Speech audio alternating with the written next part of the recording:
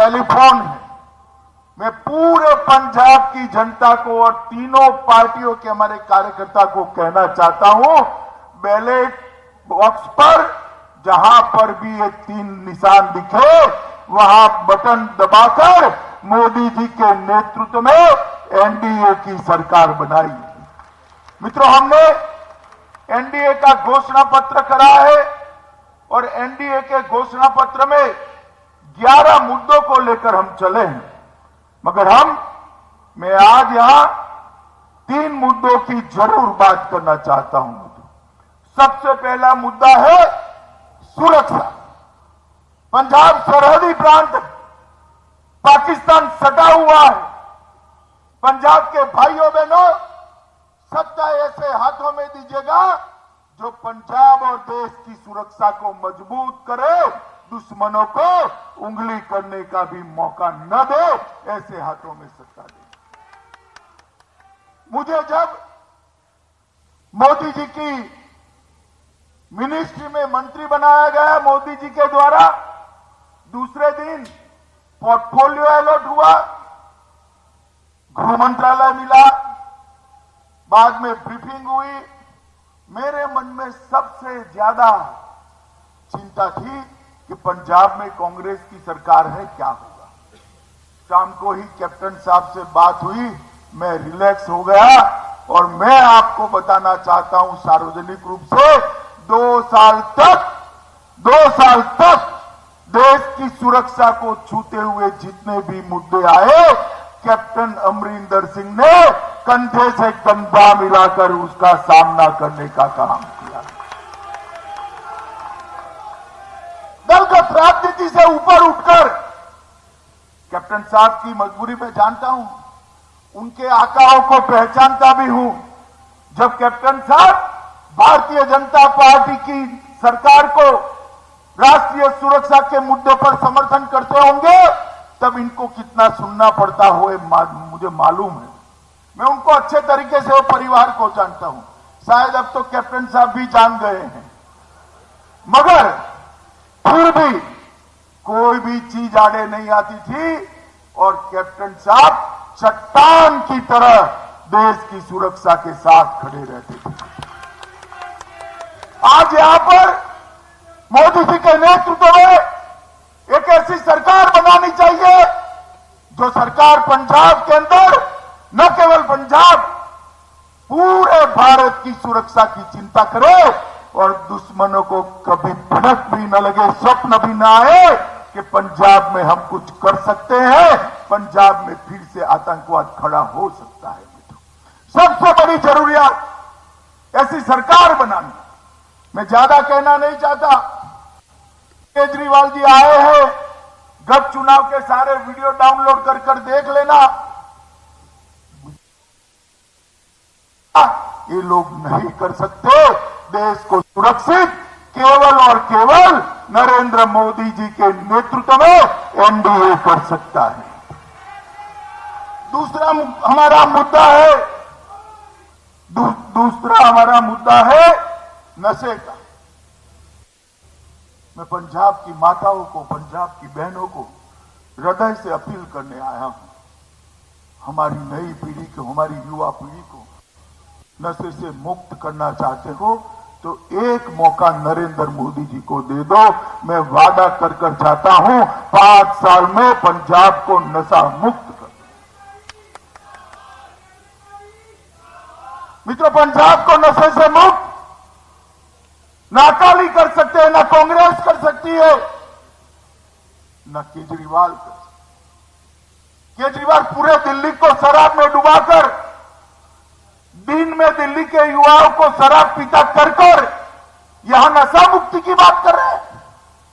मित्रों, पंजाब को नशा मुक्त करने का अभियान पंजाब की एनडीए की सरकार और केंद्र की एनडीए की सरकार, एक डबल इंजन सरकार ही कर सकती है और कोई नहीं कर सकता।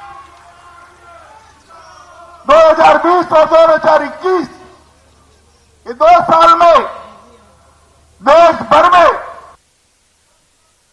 ज्यादा नारकोटिक और ड्रग्स पकड़ने का काम भारतीय जनता पार्टी की नरेंद्र मोदी सरकार ने किया।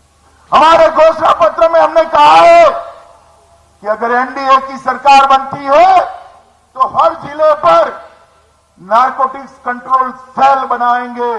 और मैं कह कर जाता हूं, भाइयों बहनों, भारतीय जनता पार्टी की एनडीए की सरकार बनते ही लुधियाना, अमृतसर, पटियाला और जालंधर, ये चारों शहरों में नारकोटिक्स कंट्रोल ब्यूरो की फुल फ्लेज ब्रांच खोलने का काम केंद्र की सरकार करेगी।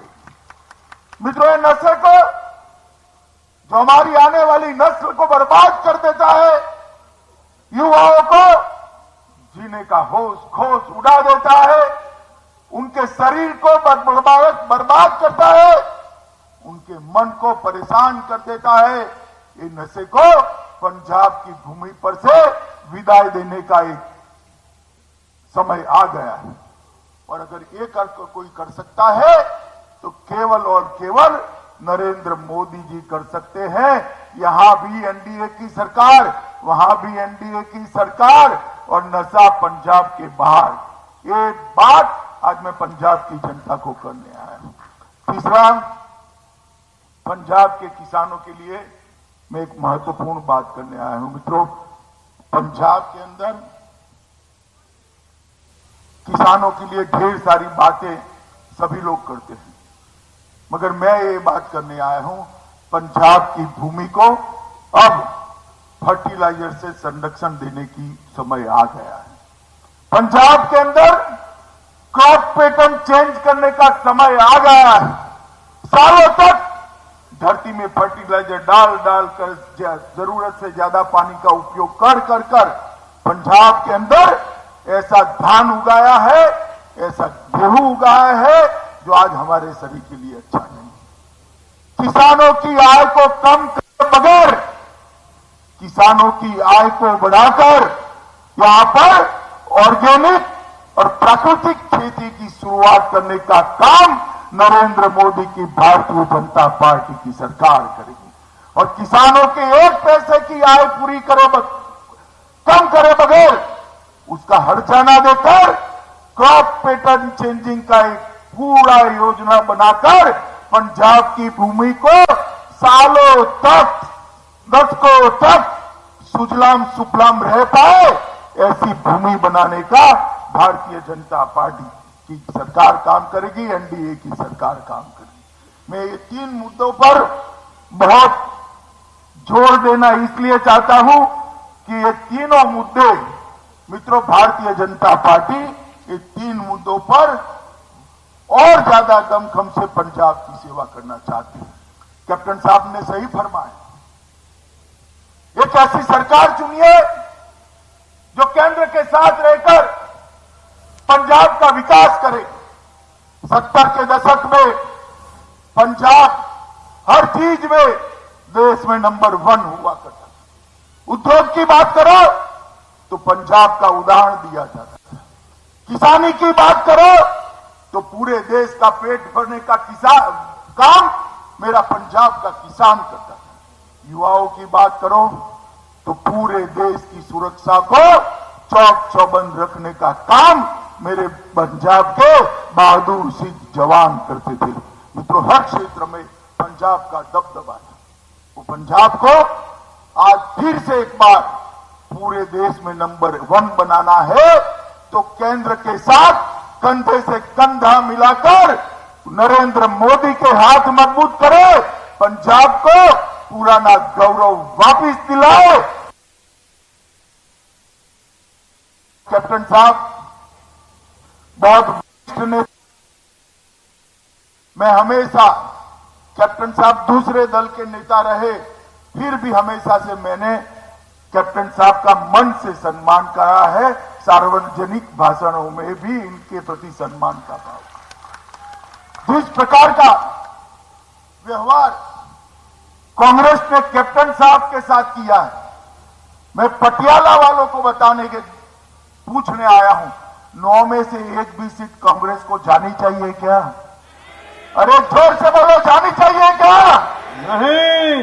जिन्होंने कैप्टन साहब को इस तरह से अपमानित किया वो कांग्रेस पार्टी को पूरा पटियाला एक मुश्त होकर हॉकी गेंद, कमल और टेलीफोन के निशान पर बटन दबाकर उसका जवाब दो।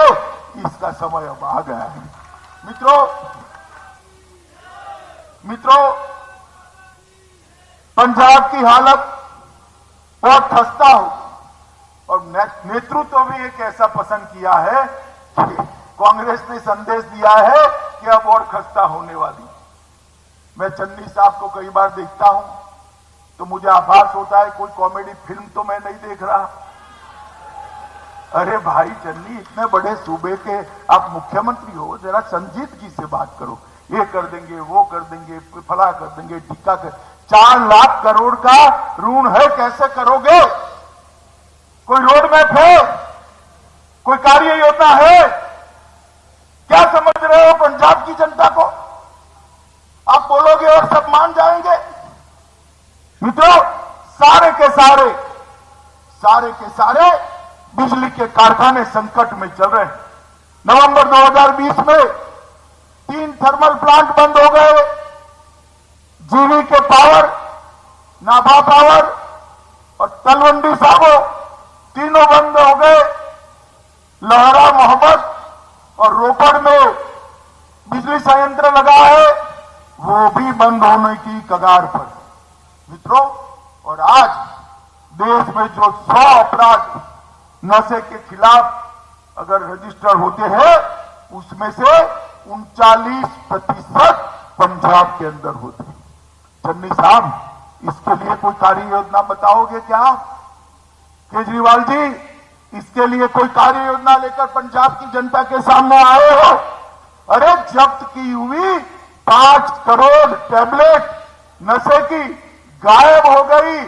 आपके माथे पर जू नहीं रेंगती है, आप कैसे नशे को रोकोगे? मित्रों, मैं आपको बताना चाहता हूं मित्रों, हम यहां पर पंजाब के विकास का खाका लेकर आए और पंजाब के अंदर जो महान सिख परंपरा है, सिखी के लिए मैं दावे से कह सकता हूं कि आजादी के बाद नरेंद्र मोदी जी ने जितना सिख परंपरा के लिए किया है, देश के किसी भी प्रधानमंत्री जी ने नहीं किया है।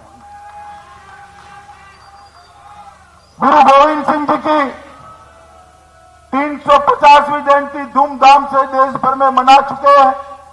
तेग बहादुर जी का सम्मान करना अभी चालू है और गुरु गोविंद सिंह जी की 350वीं जयंती में 350 करोड़ खर्च कर दसम पिता को पूरे दुनिया के अंदर उनका संदेश पहुंचाने का काम नरेंद्र मोदी सरकार ने किया। कैप्टन साहब उस वक्त मुख्यमंत्री थे, उनको याद होगा जब भी डिमांड आई कि करतारपुर साहिब का कॉरिडोर शुरू होना चाहिए, एक ही महीने में निर्णय किया और कुछ ही समय के अंदर 120 करोड़ की लागत से करतारपुर साहिब कॉरिडोर को समाप्त करने का काम नरेंद्र मोदी जी ने। अभी डिंसा साहब ने बताया, वीर बलिदानी साहिबजादों के त्याग, समर्पण और वीरता को याद रखते हुए मोदी जी ने विश्व भर के बच्चों को, विश्व भर के बालकों को साहिबजादों की वीरता की, बलिदान की भावना से प्रेरणा मिले, इसलिए 26 दिसंबर को वीर बाल दिवस के रूप में घोषित करने का काम देश के प्रधानमंत्री नरेंद्र मोदी ने। सरकार ने अमृतसर में दरबार साहिब के लिए एफसीआरए की परमिशन 70 सालों से नहीं मिलती थी। ने दरबार साहिब को एफसीआरए की परमिशन देकर दुनिया भर के सिख और हिंदू श्रद्धालुओं को दरबार साहिब की सेवा करने का मौका दिया। लंगर को जीएसटी से मुक्त किया। जलियांवाला बाग सिख और हिंदू शहीदों के स्मारक को पुनर्जीवित करने का काम नरेंद्र मोदी सरकार ने किया। जब अफगानिस्तान के अंदर तालिबान आ गए, उनकी सत्ता आ गई, सबको भय लगा कि यहां पर गुरु ग्रंथ साहब का सम्मान नहीं रहेगा। सालों पुराने गुरु ग्रंथ साहब को अफगानिस्तान से सुरक्षा के साथ भारत में लाकर दिल्ली के गुरुद्वारा में उनको स्थापित करने का काम नरेंद्र मोदी जी ने किया। मित्रों, विदेशी नागरिकों की, सिख समाज के भाइयों की 314 लोगों का ब्लैक लिस्ट था, उसको घटाकर अब सिर्फ 2 लोग ब्लैक लिस्ट में हैं। अमृतसर को हेरिटेज सिटी और स्मार्ट उनको स्थापित करने का काम नरेंद्र मोदी जी ने किया। मित्रों, विदेशी नागरिकों की, सिख समाज के भाइयों की 314 लोगों का ब्लैक लिस्ट था, उसको घटाकर अब सिर्फ 2 लोग ब्लैक लिस्ट में हैं। अमृतसर को हेरिटेज सिटी और स्मार्ट सिटी का दर्जा देने का काम ये भारतीय जनता पार्टी